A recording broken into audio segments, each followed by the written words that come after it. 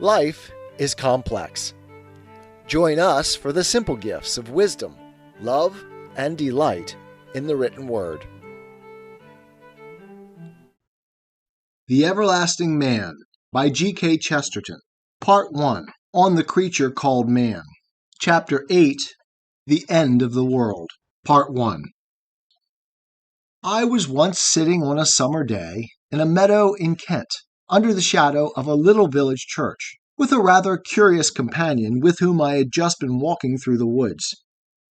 He was one of a group of eccentrics I had come across in my wanderings, who had a new religion called higher thought, in which I had been so far initiated as to realize a general atmosphere of loftiness or height, and was hoping at some later and more esoteric stage to discover the beginnings of thought.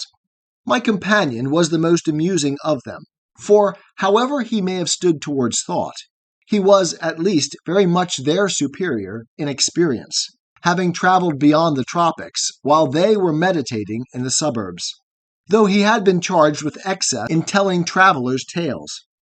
In spite of anything said against him, I preferred him to his companions, and willingly went with him through the wood, where I could not but feel that his sunburnt face and fierce tufted eyebrows and pointed beard gave him something of the look of Pan.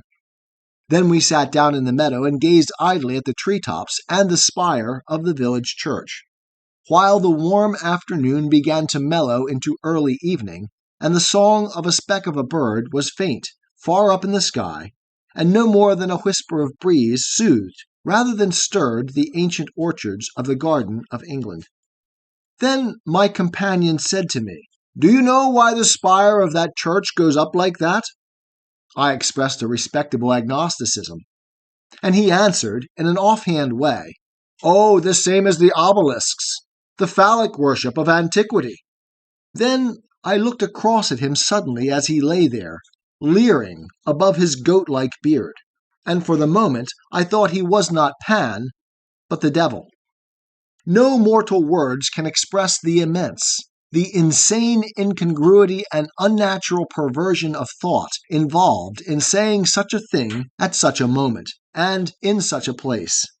For one moment I was in the mood in which men burned witches, and then a sense of absurdity equally enormous seemed to open about me like a dawn.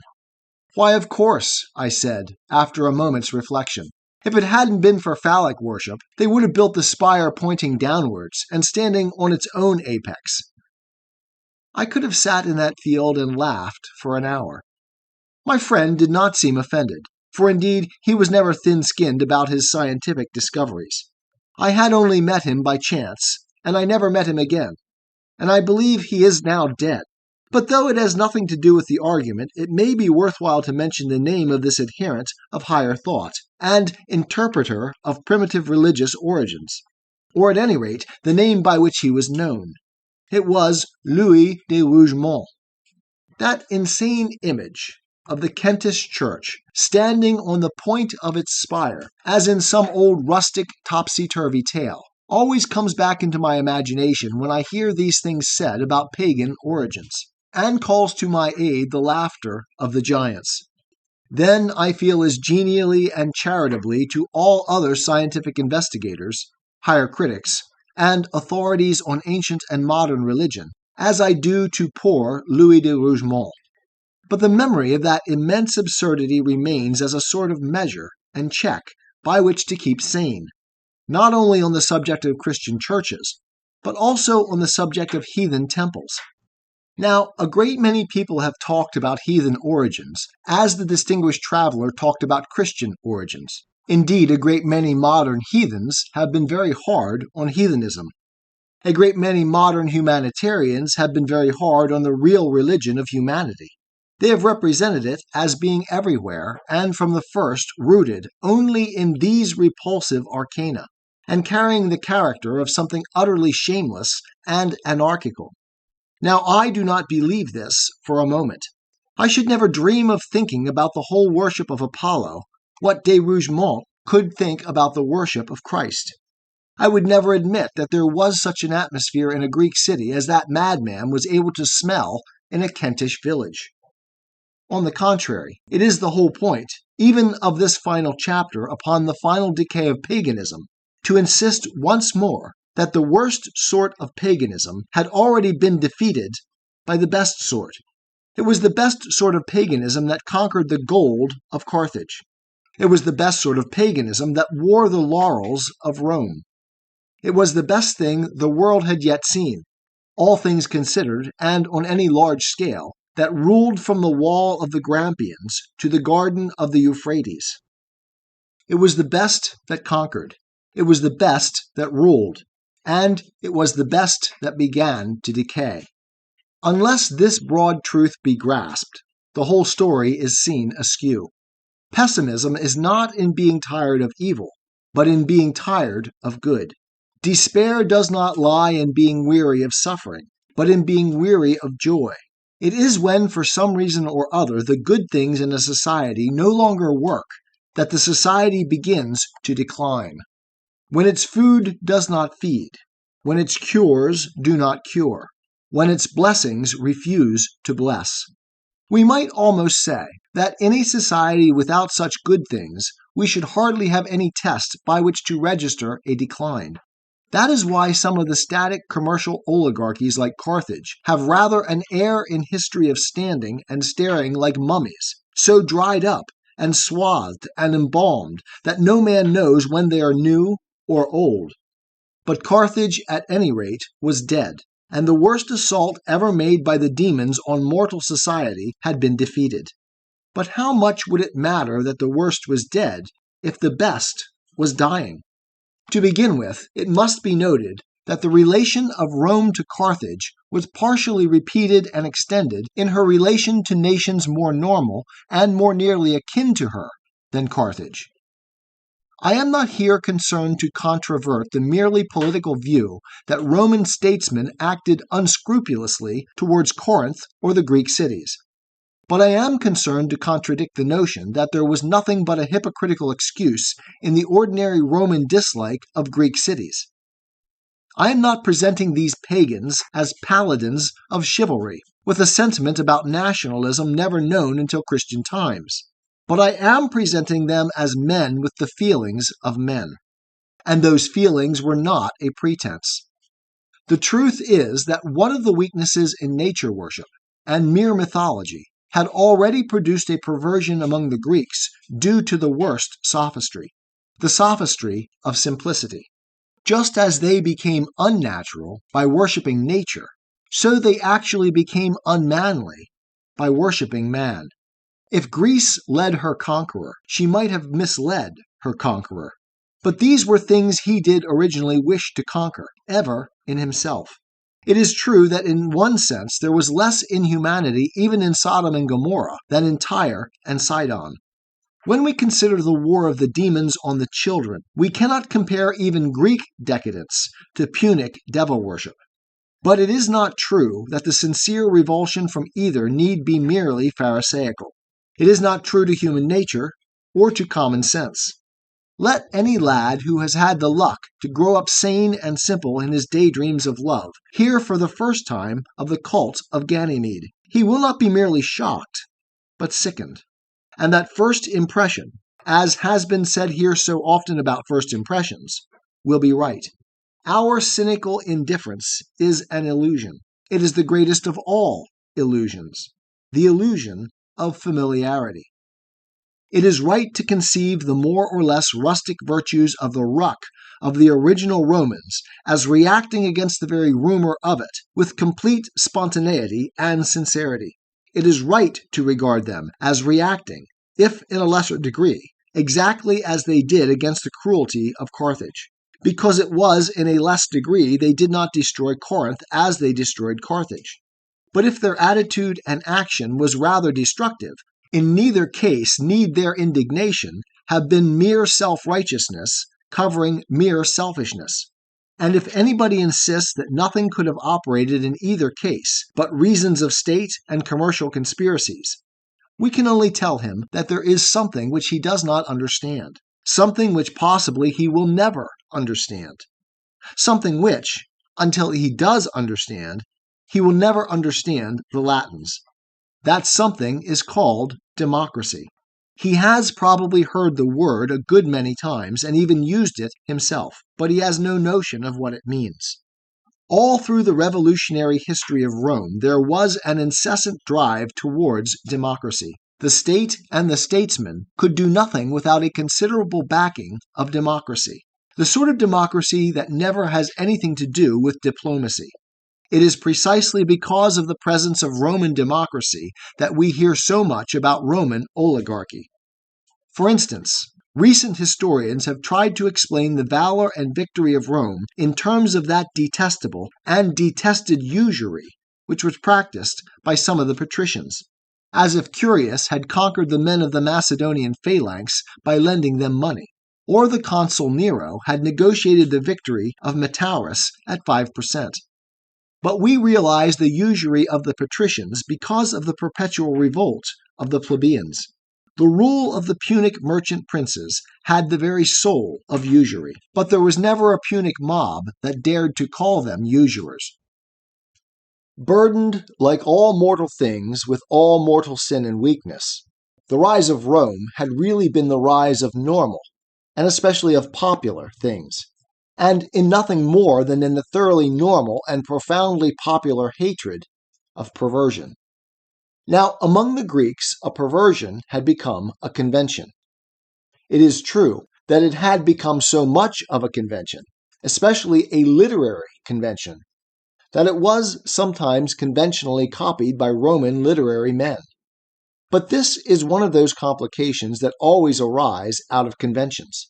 It must not obscure our sense of the difference of tone in the two societies as a whole.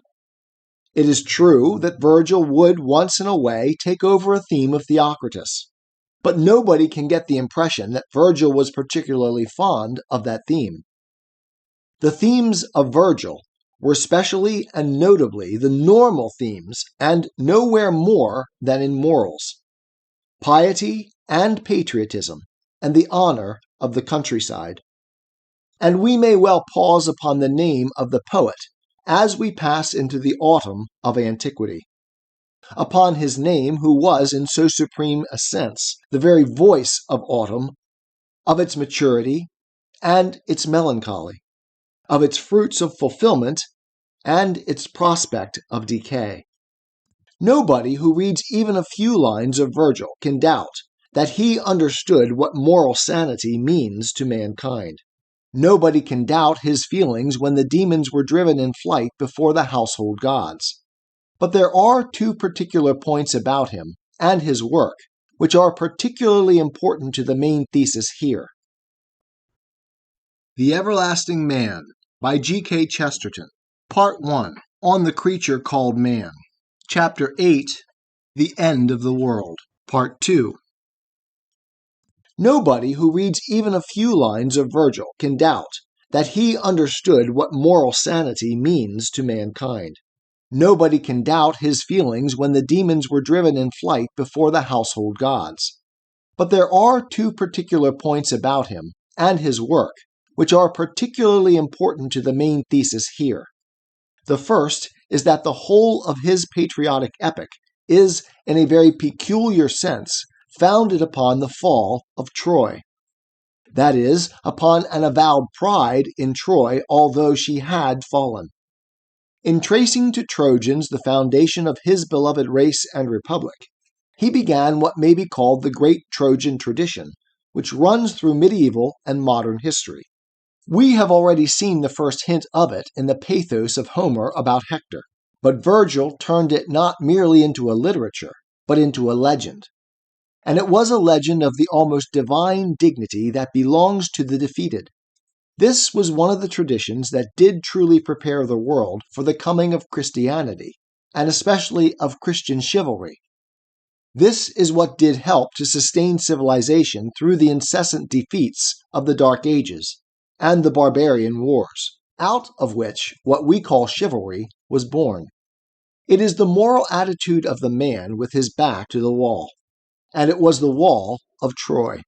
All through medieval and modern times, this version of the virtues in the Homeric conflict can be traced in 100 ways cooperating with all that was akin to it in Christian sentiment. Our own countrymen, and the men of other countries, loved to claim, like Virgil, that their own nation was descended from the heroic Trojans. All sorts of people thought it the most superb sort of heraldry to claim to be descended from Hector. Nobody seems to have wanted to be descended from Achilles. The very fact that the Trojan name has become a Christian name and has been scattered to the last limits of Christendom, to Ireland or the Gaelic Highlands, while the Greek name has remained relatively rare and pedantic, is a tribute to the same truth. Indeed, it involves a curiosity of language almost in the nature of a joke. The name has been turned into a verb, and the very phrase about hectoring, in the sense of swaggering, suggests the myriads of soldiers who have taken the fallen Trojan for a model. As a matter of fact, nobody in antiquity was less given to hectoring than Hector. But even the bully pretending to be a conqueror took his title from the conquered. That is why the popularization of the Trojan origin by Virgil has a vital relation to all those elements that have made men say that Virgil was almost a Christian. It is almost as if two great tools or toys of the same timber, the divine and the human, had been in the hands of Providence, and the only thing comparable to the wooden cross of Calvary was the wooden horse of Troy. So, in some wild allegory, pious in purpose if almost profane in form, the Holy Child might have fought the dragon with a wooden sword and a wooden horse. The other element in Virgil, which is essential to the argument, is the particular nature of his relation to mythology, or what may here in a special sense be called folklore, the faiths and fancies of the populace. Everybody knows that his poetry at its most perfect is less concerned with the pomposity of Olympus than with the noumena of natural and agricultural life. Everyone knows where Virgil looked for the causes of things.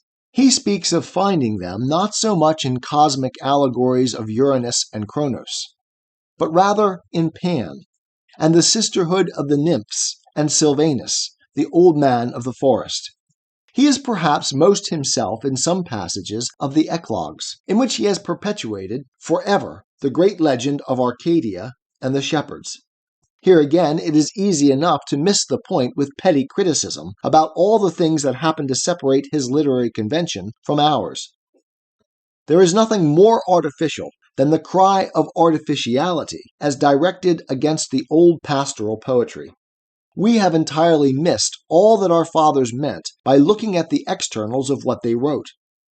People have been so much amused with the mere fact that the China shepherdess was made of China, that they have not even asked why she was made at all.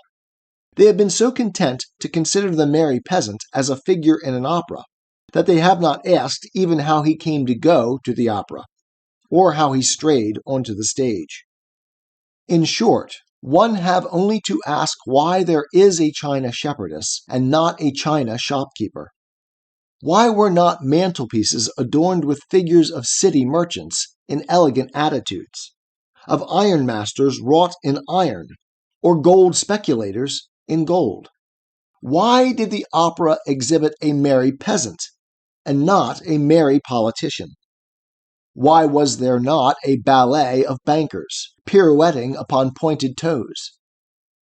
Because the ancient instinct and humor of humanity have always told them, under whatever conventions, that the conventions of complex cities were less really healthy and happy than the customs of the countryside.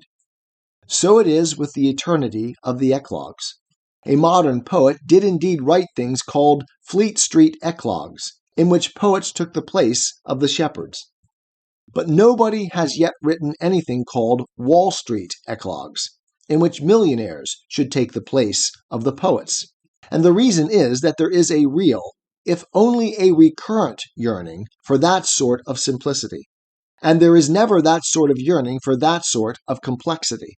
The key to the mystery of the merry peasant is that the peasant often is merry. Those who do not believe it are simply those who do not know anything about him, and therefore do not know which are his times for merriment. Those who do not believe in the shepherd's feast or song are merely ignorant of the shepherd's calendar. The real shepherd is indeed very different from the ideal shepherd, but that is no reason for forgetting the reality at the root of the ideal. It needs a truth to make a tradition. It needs a tradition to make a convention. Pastoral poetry is certainly often a convention, especially in a social decline. It was in a social decline that Watteau shepherds and shepherdesses lounged about the gardens of Versailles. It was also in a social decline that shepherds and shepherdesses continued to pipe and dance through the most faded imitations of Virgil. But that is no reason for dismissing the dying paganism without ever understanding its life. It is no reason for forgetting that the very word pagan is the same as the word peasant. We may say that this art is only artificiality, but it is not a love of the artificial. On the contrary, it is in its very nature only the failure of nature worship, or the love of the natural. For the shepherds were dying because their gods were dying. Paganism lived upon poetry, that poetry already considered under the name of mythology. But everywhere, and especially in Italy, it had been a mythology and a poetry rooted in the countryside, and that rustic religion had been largely responsible for the rustic happiness. Only as the whole society grew in age and experience, there began to appear that weakness in all mythology already noted in the chapter under that name. This religion was not quite a religion. In other words, this religion was not quite a reality. It was the young world's riot with images and ideas, like a young man's riot with wine or lovemaking. It was not so much immoral as irresponsible. It had no foresight of the final test of time. Because it was creative to any extent, it was credulous to any extent. It belonged to the artistic side of man, yet even considered artistically, it had long become overloaded and entangled. The family trees sprung from the seed of Jupiter were a jungle rather than a forest. The claims of the gods and demigods seemed like things to be settled rather by a lawyer or a professional herald than by a poet. But it is needless to say that it was not only in the artistic sense that these things had grown more anarchic. There had appeared in more and more flagrant fashion that flower of evil that is really implicit in the very seed of nature worship, however natural it may seem. I have said that I do not believe that natural worship necessarily begins with this particular passion. I am not of the de Rougemont school of scientific folklore. I do not believe that mythology must begin with eroticism. But I do believe that mythology must end in it. I am quite certain that mythology did end in it. Moreover, not only did the poetry grow more immoral, but the immorality grew more indefensible. Greek vices, Oriental vices, hints of the old horrors of the Semitic demons began to fill the fancies of decaying Rome, swarming like flies on a dung heap. The psychology of it is really human enough to anyone who will try that experiment of seeing history from the inside. There comes an hour in the afternoon when the child is tired of pretending, when he is weary of being a robber or a Red Indian. It is then that he torments the cat. There comes a time in the routine of an ordered civilization when the man is tired at playing at mythology and pretending that a tree is a maiden or that the moon made love to a man. The effect of this staleness is the same everywhere. It is seen in all drug taking and dram drinking and every form of the tendency to increase the dose. Men seek stranger sins, or more startling obscenities as stimulants to their jaded sense. They seek after mad Oriental religions for the same reason. They try to stab their nerves to life, if it were with knives of the priests of Baal. They are walking in their sleep and try to wake themselves up with nightmares. At that stage even of paganism, therefore, the peasant songs and dances sound fainter and fainter in the forest. For one thing, the peasant civilization was fading, or had already faded from the whole countryside. The empire at the end was organized more and more on that servile system which generally goes with the boast of organization. Indeed, it was almost as senile as the modern schemes for the organization of industry. It is proverbial that what would once have been a peasantry became a mere populace of the town, dependent for bread and circuses, which may again suggest to some a mob dependent upon doles and cinemas. In this, as in many other respects, the modern return to heathenism has been a return not even to the heathen youth, but rather to the heathen old age. But the causes of it were spiritual in both cases, and especially the spirit of paganism had departed with its familiar spirits. The heat had gone out of it with its household gods, who went along with the gods of the garden and the field and the forest. The old man of the forest was too old. He was already dying. It is said truly, in a sense, that Pan died because Christ was born. It is almost as true, in another sense, that men knew that Christ was born because Pan was already dead. The Everlasting Man by G.K. Chesterton. Part 1. On the Creature Called Man. Chapter 8. The End of the World. Part 3. It is said truly, in a sense, that Pan died because Christ was born. It is almost as true, in another sense, that men knew that Christ was born because Pan was already dead. A void was made by the vanishing of the whole mythology of mankind, which would have asphyxiated like a vacuum if it had not been filled with theology. But the point for the moment is that the mythology could not have lasted like a theology in any case. Theology is thought, whether we agree with it or not. Mythology was never thought, and nobody could really agree with it or disagree with it. It was a mere mood of glamour, and when the mood went, it could not be recovered. Men not only ceased to believe in the gods, but they realized that they had never believed in them. They had sung their praises. They had danced round their altars. They had played the flute. They had played the fool. So came the twilight upon Arcady, and the last notes of the pipe sound sadly from the beechen grove. In the great Virgilian poems there is already something of the sadness, but the loves and the household gods linger in lovely lines like that which Mr. Belloc took for a test of understanding. Incipe parve puer risu cognoscere matrum. That is, begin, little boy, to recognize your mother with a smile. But with them, as with us, the human family itself began to break down under servile organization and the herding of the towns. The urban mob became enlightened. That is, it lost the mental energy that could create myths. All round the circle of the Mediterranean cities, the people mourned for the loss of gods and were consoled with gladiators. And meanwhile, something similar was happening to that intellectual aristocracy of antiquity that had been walking about and talking at large ever since Socrates and Pythagoras.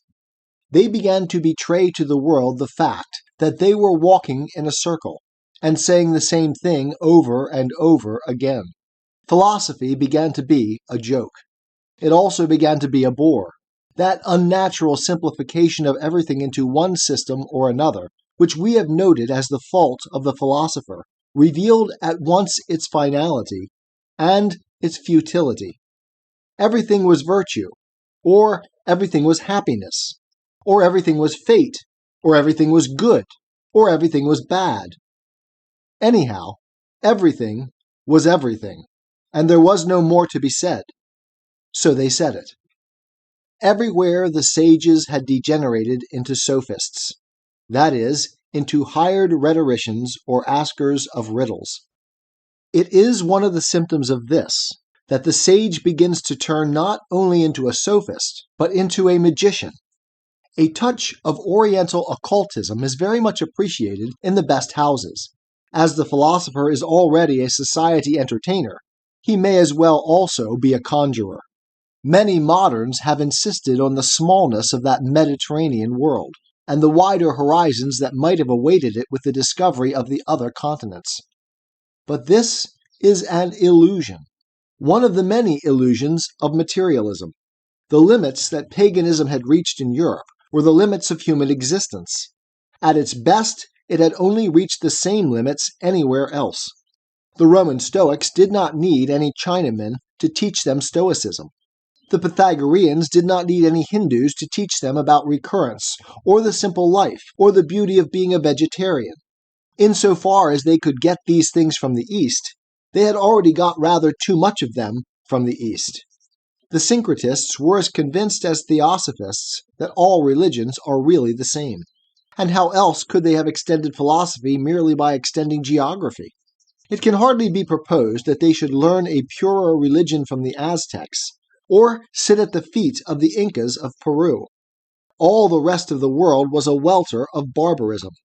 It is essential to recognize that the Roman Empire was recognized as the highest achievement of the human race, and also as the broadest. A dreadful secret seemed to be written as in obscure hieroglyphics across those mighty works of marble and stone, those colossal amphitheaters and aqueducts. Man could do no more.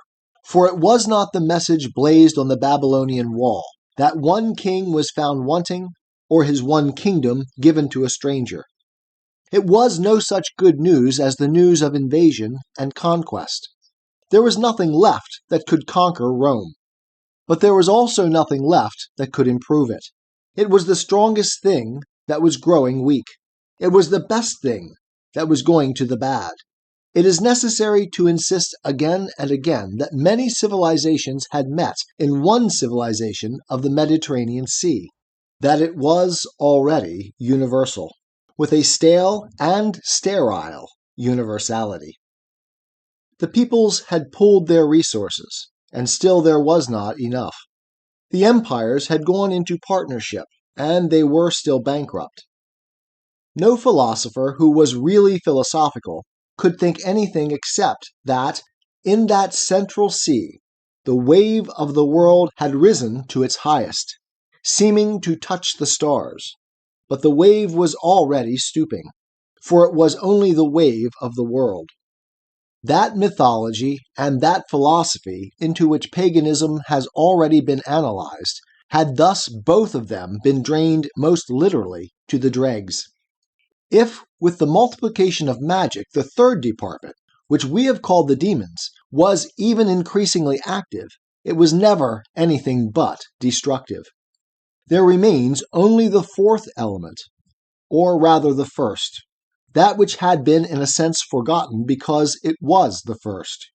I mean the primary and overpowering yet impalpable impression that the universe, after all, has one origin and one aim, and because it has an aim, must have an author. What became of this great truth in the background of men's minds at this time, it is perhaps more difficult to determine. Some of the Stoics undoubtedly saw it more and more clearly as the clouds of mythology cleared and thinned away, and great men among them did much, even to the last, to lay the foundations of a concept of the moral unity of the world. The Jews still held their secret certainty of it jealously behind high fences of exclusiveness. Yet it is intensely characteristic of the society and the situation that some fashionable figures, especially fashionable ladies, actually embraced Judaism. But in the case of many others, I fancy there entered at this point a new negation. Atheism became really possible in that abnormal time. For atheism is abnormality. It is not merely the denial of a dogma. It is the reversal of a subconscious assumption in the soul, the sense that there is a meaning and a direction in the world it sees. Lucretius, the first evolutionist who endeavored to substitute evolution for God, had already dangled before men's eyes his dance of glittering atoms, by which he conceived cosmos as created by chaos. But it was not his strong poetry, or his sad philosophy, as I fancy, that made it possible for men to entertain such a vision. It was something in the sense of impotence and despair, with which men shook their fists vainly at the stars, as they saw all the best work of humanity sinking slowly and helplessly into a swamp. They could easily believe that even creation itself was not a creation but a perpetual fall, when they saw that the weightiest and worthiest of all human creations was falling by its own weight. They could fancy that all the stars were falling stars, and that the very pillars of their own solemn porticos were bowed under a sort of gradual deluge. To men in that mood, there was a reason for atheism that is, in some sense, reasonable. Mythology might fade, and philosophy might stiffen. But if behind these things there was a reality, surely that reality might have sustained things as they sank. There was no God. If there had been a God, surely this was the very moment when he would have moved and saved the world. The life of the great civilization went on with dreary industry, and even with dreary festivity. It was the end of the world, and the worst of it was that it need never end. A convenient promise had been made between all the multitudinous myths and religions of the empire, that each group should worship freely, and merely live a sort of official flourish of thanks to the tolerant emperor, by tossing a little incense to him under his official title of Divus. Naturally, there was no difficulty about that. Or rather, it was a long time before the world realized that there ever had been even a trivial difficulty anywhere. The members of some Eastern sect or secret society or other seemed to have made a scene somewhere. Nobody could imagine why. The incident occurred once or twice again, and began to arouse irritation out of proportion to its significance. It was not exactly what these provincials said, though of course it sounded queer enough. They seemed to be saying that God was dead, and that they themselves had seen him die. This might be one of the many manias produced by the despair of the age. Only, they did not seem particularly despairing. They seemed quite unnaturally joyful about it, and gave the reason that the death of God had allowed them to eat him and drink his blood. According to other accounts, God was not exactly dead after all. There trailed through the bewildered imagination some sort of fantastic procession of the funeral of God, at which the sun turned black, but which ended with the dead omnipotence breaking out of the tomb and rising again like the sun. But it was not the strange story to which anybody paid any particular attention. People in that world had seen queer religions enough to fill a madhouse. It was something in the tone of the madmen, and their type of formation. They were a scratch company of barbarians, and slaves, and poor, and unimportant people. But their formation was military. They moved together, and were very absolute about who and what was really a part of their little system, and about what they said. However mildly, there was a ring like iron.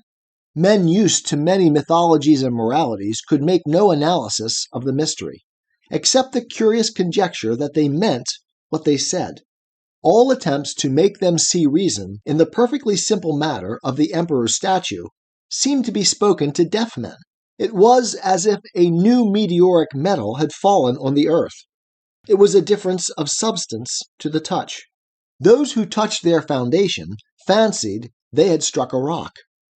With a strange rapidity, like the changes of a dream, the proportions of things seemed to change in their presence. Before most men knew what had happened, these few men were palpably present. They were important enough to be ignored. People became suddenly silent about them and walked stiffly past them. We see a new scene, in which the world has drawn its skirts away from these men and women, and they stand in the center of a great space like lepers. The scene changes again, and the great space where they stand is overhung on every side with a cloud of witnesses. interminable terraces full of faces looking down towards them intently. For strange things are happening to them.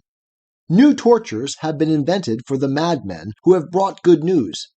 That sad and weary society seems almost to find a new energy in establishing its first religious persecution.